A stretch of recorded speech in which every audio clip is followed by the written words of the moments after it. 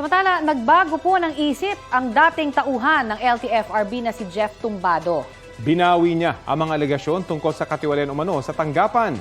At naghain po siya ng affidavit of recantation bilang public apology na rin daw kay suspended LTFRB Chairman Teofilo Guaris III, kay Transportation Secretary Jaime Bautista at sa Office of the President.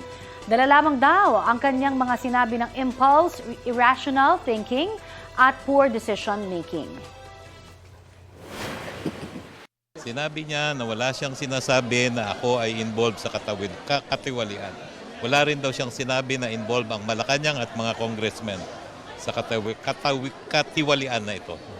Gayunman, naninindigan pa rin si Tumbado na may mga problema sa ahensya na dapat imbestigahan.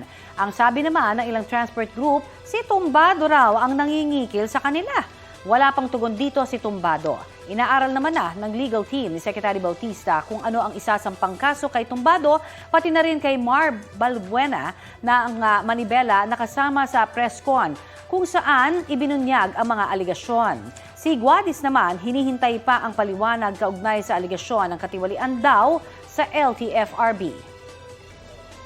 Balita ko, may tututukan kayo tuwing 11 a.m. sa GTV. Alamin ang mahalagang balita at impormasyong dapat ninyong malaman sa Balita Ko tuwing Lunes hanggang Biyernes. Mag-subscribe din po sa GMA Integrated News sa YouTube. Sa mga kapuso naman abroad, maaari po kaming masubaybayan sa GMA Pinoy TV at www.gmanews.tv.